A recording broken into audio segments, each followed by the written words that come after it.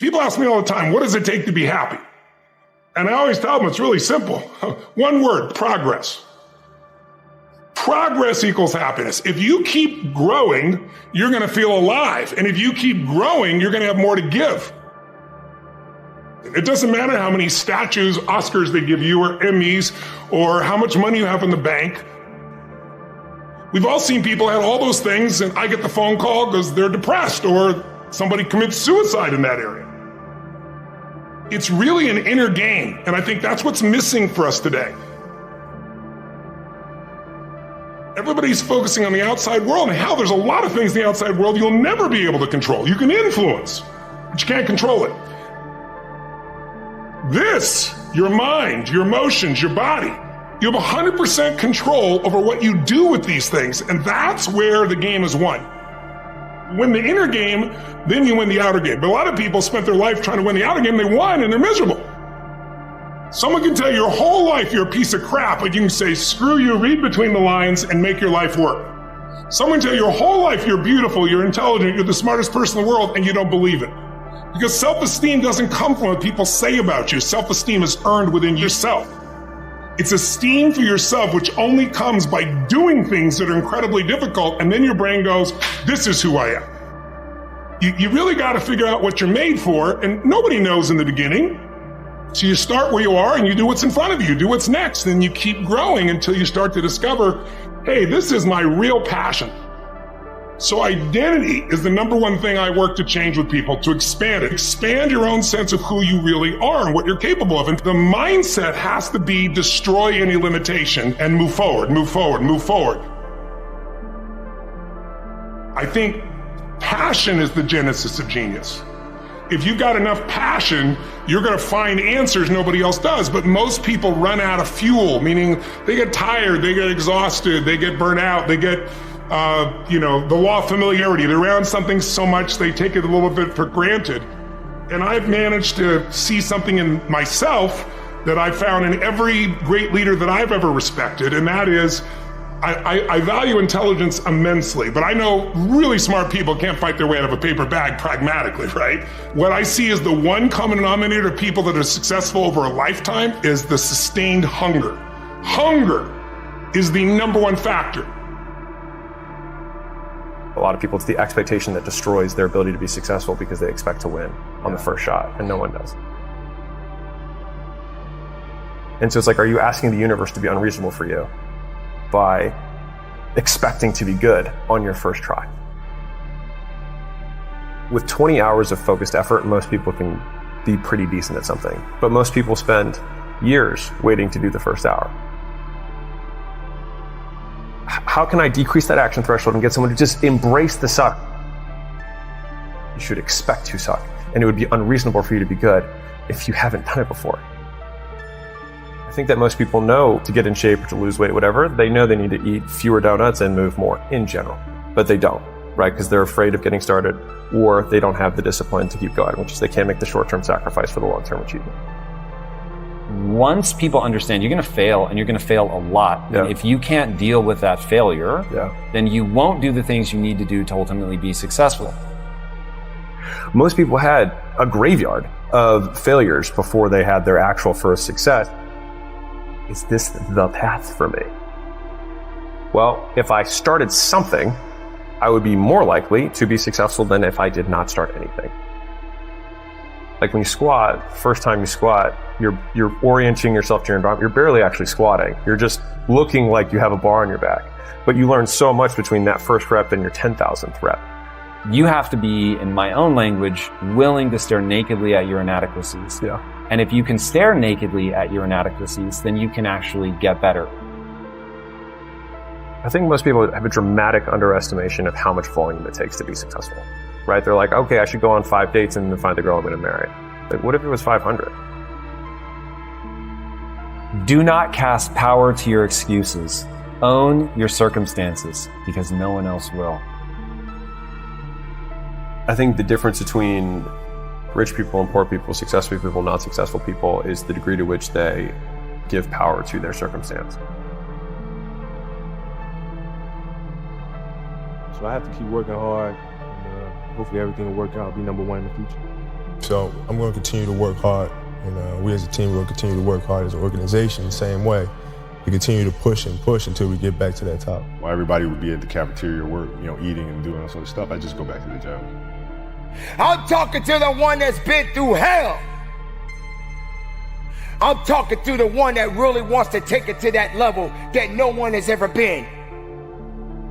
If you learn to put in 120%, I guarantee you one day you'll wake up 3 years from now, 5 years from now, 10 years, I don't know, and you'll make exactly what you want to make. You'll have the job you want to have. You'll have the position that you want. You'll have everything in life that you want. If you can learn not only to go to work, but I'm talking about go with all your energy, all your strength, and all your spirit.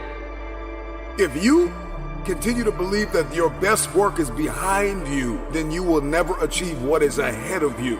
You are going to have to get acquainted with pain, with discomfort, with inconvenience.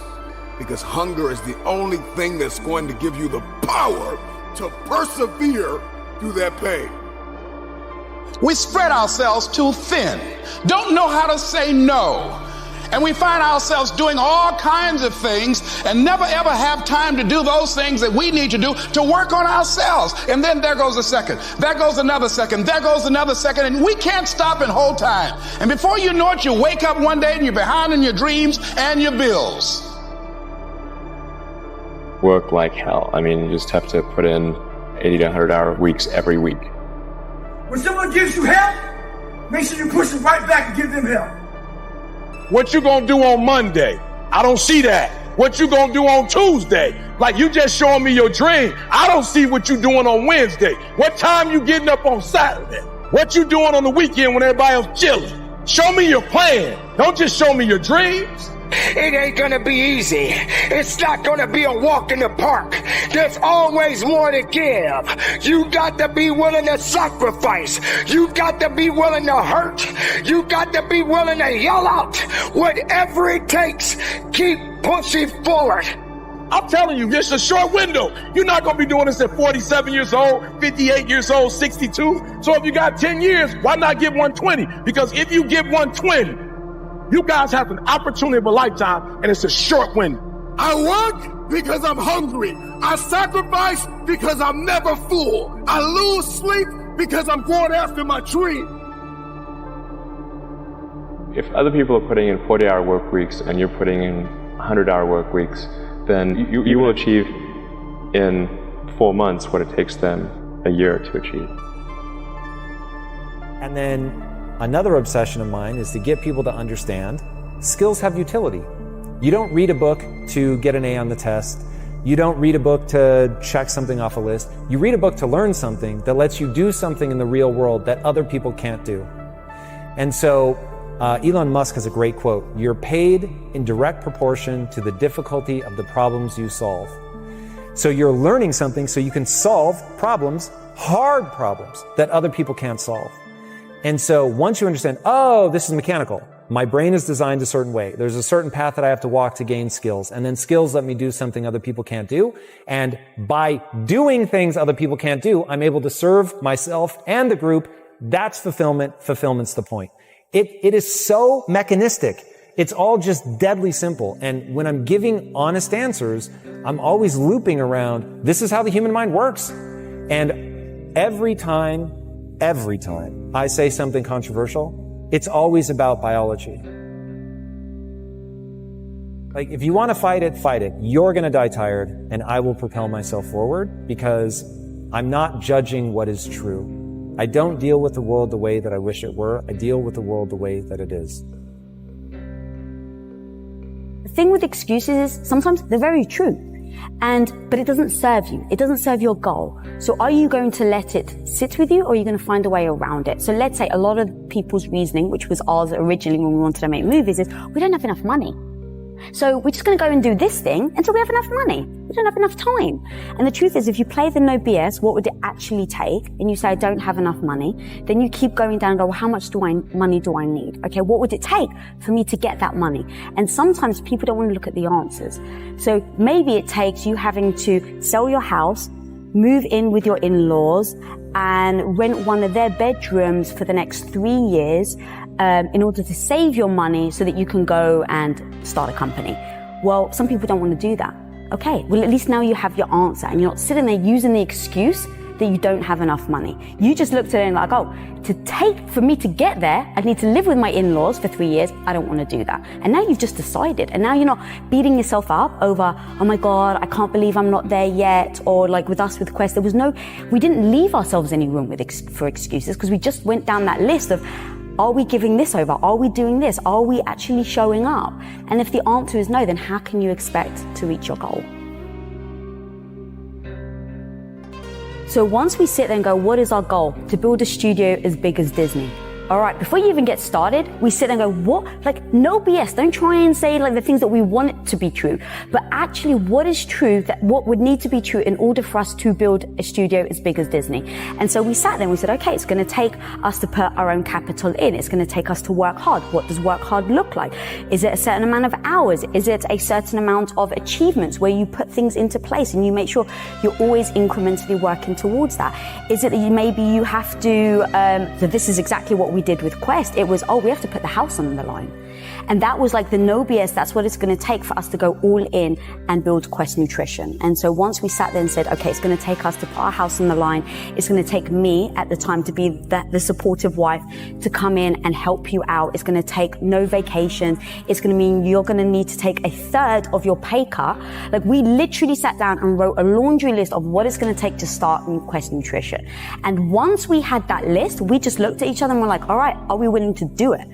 And when the answer is yes, now you just know what you're heading towards. You know the type of path that you're about to approach. And so there's no surprises. There's no all of a sudden him coming home and going, yeah, babe, so the business isn't doing well. And so, oh my God, I'm so sorry, but we lose our house, right? There's no surprise. We've established what we're going to do in order to go for that goal. And in that comes the sacrifices. What are you willing to sacrifice? What are the things that you're okay with putting aside for now? And a lot of that was my self-esteem, my ego of like, I didn't know what I was doing. So every day I'm struggling. I'm trying to figure something out and I keep failing. But I knew that I had to learn in order to get to the goal that we wanted to get to. So I knew every day I had to get back up. And then the same with him, with the skill sets. What skill sets do I have to learn in order to get to the goal that we want to get to? And that comes with a lot of freaking sacrifices. I'm no longer going to value myself for being good, smart, right, worthy. I'm going to value myself entirely for figuring out what I need to get good at to achieve my goals. And then I'm just going to do that. And I'm going to do it knowing that success cannot be guaranteed. The rich will become richer, the poor will become poorer, and the middle class will get wiped out. And the reason why is because some people, rich people, will understand money and they will continue teaching their kids. And everybody else, the majority of people who have no idea what's happening, will continue to become poorer because they don't even see it happening. The moment you take a paycheck, you're an employee, and that's the mindset. So my rich dad never paid me. It drove my poor dad, government employee, nuts. You gotta pay people, you gotta pay people. And rich dad was not saying that the paycheck was bad. He says you didn't want to be a slave to money. So as an entrepreneur, if rich dad folded, I just start another company. I don't need a paycheck. I don't need anybody to take care of me. If my government doesn't like me, I move to another country because they need entrepreneurs there. So the entrepreneur is not so much the business. The entrepreneur is really the mindset and the skill sets and the different set of rules. Small business does not operate in the same rules as big business. Entrepreneur is a mindset first, a skill set, and rules. And depending upon whether you're an employee or a small business, the rules are different. The mindsets are different. The skill sets are different. You inherited that, whatever it is, that poverty. You inherited that mindset, that idea of scarcity, that idea that you don't have enough money. You inherited that. Building wealth becomes a revolutionary act. Because now you start saying, I'm going to go against what I was taught. Right? And so I said, by starting with $25, if you can do $25 a month, that's cool. If you can do $25 a week, that's cool. But what happens is, once you start understanding the power of how your money works, you'll start saying, I don't need to do that because that's taken away from this. That 25 will now become $50. Guaranteed. That 50 will now become 100 because you're going to start doing more with less. The person who works out and sees that they drop 10 pounds in 2 weeks says, you know what, I'm going to go a little harder because I know if I can drop 10, I can drop 20.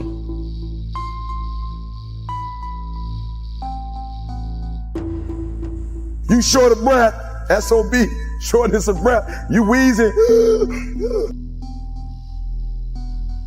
The only thing you trying to do is get some air. You don't care about no basketball game. You don't care what's on TV. You don't care about nobody calling you. You don't care about a party. The only thing you care about when you're trying to breathe is to get some fresh air. That's it. And when you get to the point where all you want to do is be successful as bad as you want to breathe, then you'll be successful. And I'm here to tell you, number one, that most of you say you want to be successful, but you don't want it bad. You just kind of want it. You don't want it badder than you want to party. You don't want it as much as you want to be cool. Most of you don't want success as much as you want to sleep. Some of you love sleep more than you love success. And I'm here to tell you today, if you're going to be successful, you've got to be willing to give up sleep. Inhale and exhale. Inhale and exhale. All you have is all you need. All our lives, many of us go through life running from things that ain't got no teeth to do us any harm. Just as a mentality, like you gotta live this, you gotta eat this, you got every single thing you do. It's a mentality. Okay, so what do I mean?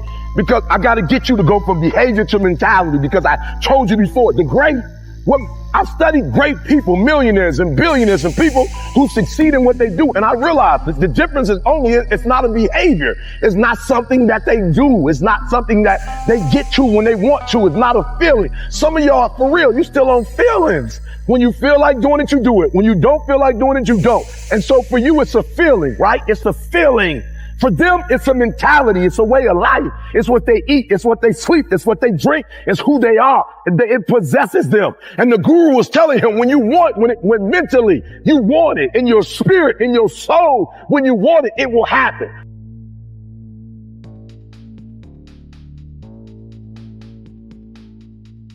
It's all back down to a very primitive mindset of we just have to do. It's like breathing. Breathing becomes normal. Like we don't know that we're doing it. That's how you have to live your life. When that alarm clock goes off at 4 or 5 in the morning, your mind says no. You just say, this is what we do. It's what we do now. Change the way you see yourself and begin to tend to the personal details. Understand that nobody's going to take care of your business better than you. And when I start changing that kind of mindset of beating myself up because of my mistakes and start looking at the possibility of my doing better, of my making the adjustment that would enable me to do what I want to do successfully, things begin to change. Your dream is worth fighting for.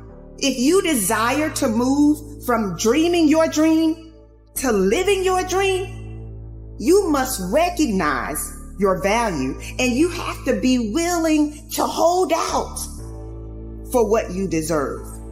We all got a responsibility. We all got to be accountable. We all got to put in work, but don't give up, because there's somebody out there right now that is hurting. There's somebody out there right now that is struggling. There's somebody out there right now that's got it a little bit tougher than you do. So why are you going to give up now? Hear me! Get your hopes up and don't you ever settle. So I'm saying that we have to work through the challenges of life and learning how to begin to work to fortify ourselves. Repeat after me, please. I can live my dream. I can find my purpose in life. And live my purpose. I deserve more for myself. I deserve more from life.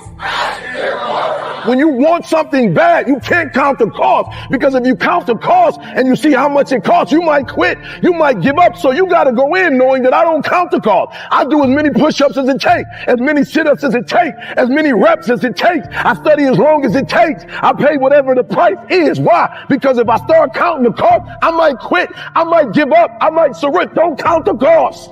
You don't count the cost on this one.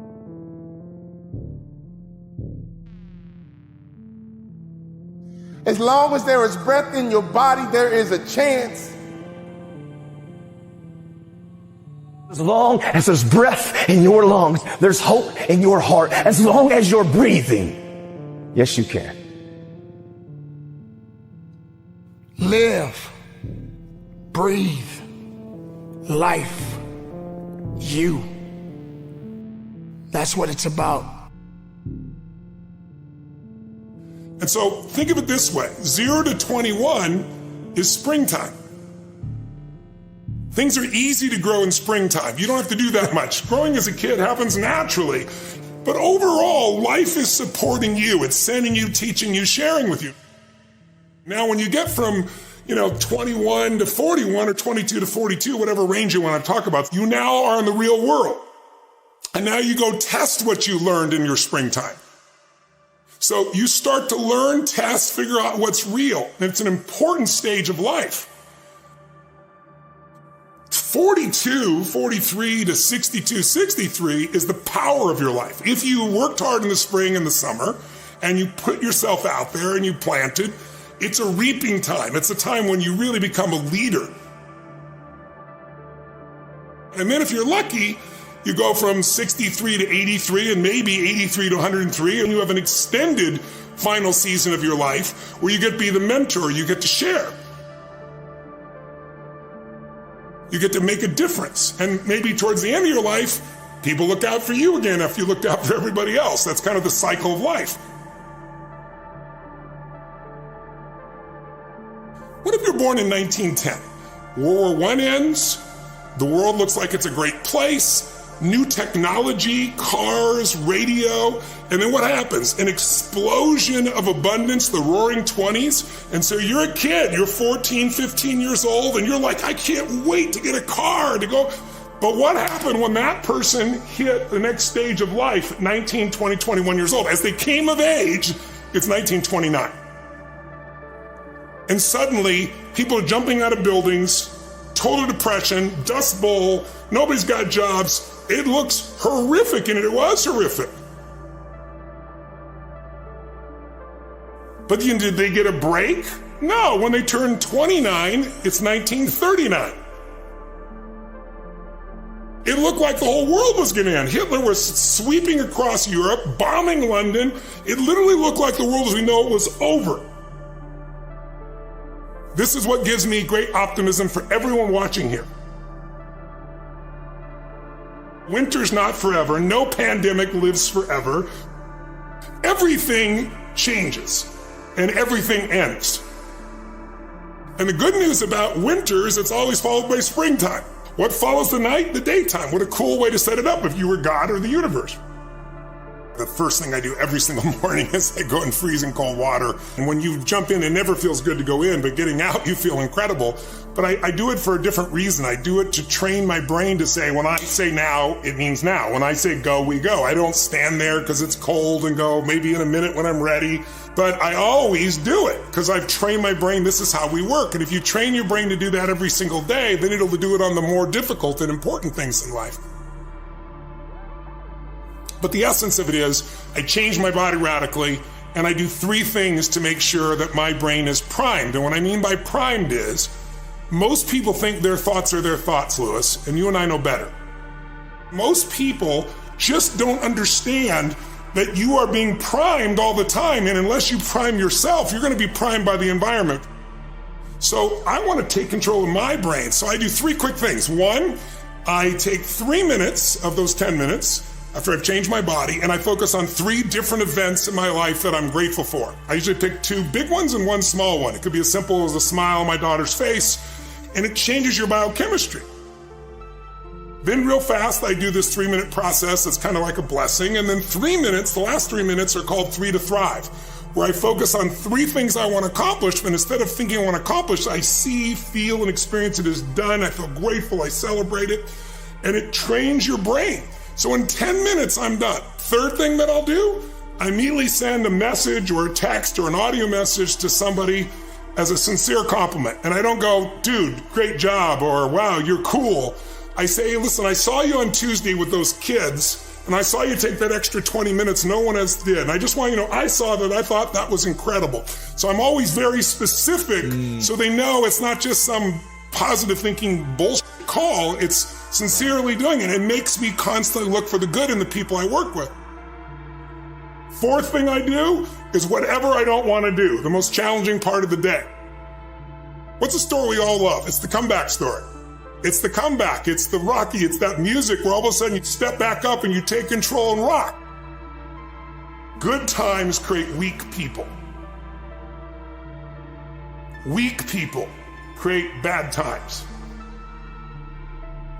Bad times create strong people. Strong people create good times. Behind the barbed wire, who can teach me the etiquette? The etiquette for being misunderstood. I war with uneasiness. Everything average makes me sick. Beyond the reach of crowds, what do I do? Do to stop this voice that never ceases. I wrestle with poetic demons. I speak for the lost and all those going through pain. Every word I say, the sound of a comeback, testifying of your victory, a witness to your overcoming, because I am the voice in the flame. Inside the raging furnace, where do I find an apology befitting of my rebelliousness? I fight the fist of their doubt. How many know what it's like to be young, gifted, and crazy? Over the walls of resentment. Why am I so hard for others to accept? Must they slander every corner of my existence? Then let it be as they wish, for I am the voice. Every word, the sound of a comeback, testifying to your victory. I am a witness to your overcoming, because I am burning. I'm the voice in the flame. How many know what it's like to be young, gifted, and crazy? I argue with emptiness. You can either sit around and listen to testimonies, or you can become one. Which one you gonna do? Successful people know what they want and why they want it. That's why they are successful. You gotta make a decision. What is it that you want? You can either sit around and listen to testimonies, or you could become one. I am truth in motion. Listen here. Truth is its own gatekeeper. Nothing can stop what truth sets in motion. You gotta stop asking for other people's permission to live your dream. It's not the other people that owe you. You owe you. Stop begging for what you haven't earned. It's time to get up and grind. I strum the divine chord, and my harmony summons the full manifestation of who I am. This is what truth looks like in motion. Young, gifted, and burning. Successful people get comfortable being uncomfortable. The common person will do anything to do nothing. They lazy. That's why they sell so many of them lazy boy chairs. You can either sit around and listen to testimonies, or you can become one. What is it that you want? Sculpted by the blade itself. 1,000 knives couldn't kill me. For there in the darkness, underneath her shadows, the warrior discovered himself. Shaped from the hammer of pain, 1,000 betrayals couldn't break me. But there in the storm, at the very center of her chaos, the champion of me got stronger. Truth is the gatekeeper. Stop asking the world for permission to live your dream. The less we entertain lower level thinking, the less we will experience its outcome. You can either sit around and listen to testimonies, or you could become one. For it is written, but be doers of the word and not hearers only. I can see my dream so clearly now that its manifestation is inevitable. Nothing can stop me. My daddy used to tell me, son, if you're gonna make a mistake, then make it full speed. Some people drown, others go out in a blaze of glory. I'm young, rich, and burning. If a desire burns long enough, it'll grow into an obsession. Whatever becomes an obsession will eventually become a reality. Religion talks about truth, but true awareness demonstrates it. Greatness is in the details, shaped from the hammer of pain. 1,000 failures couldn't stop me. Carved out with the razors of suffering. 1,000 lies couldn't fool me. For in the moment of trial, beyond the grasp of all hope, I wrote my own story. I dreamed my own dream. I seized the moment. I made the decision to stop asking for permission. But there in the night, above her angry mountains, the seven thunders gave birth to a warrior. Death belongs to the unaware. Those who have awakened know only eternity. I am truth in motion. I strum the divine chord, and my harmony summons the full manifestation of who I am. You can either sit around and listen to testimonies, or you can become one.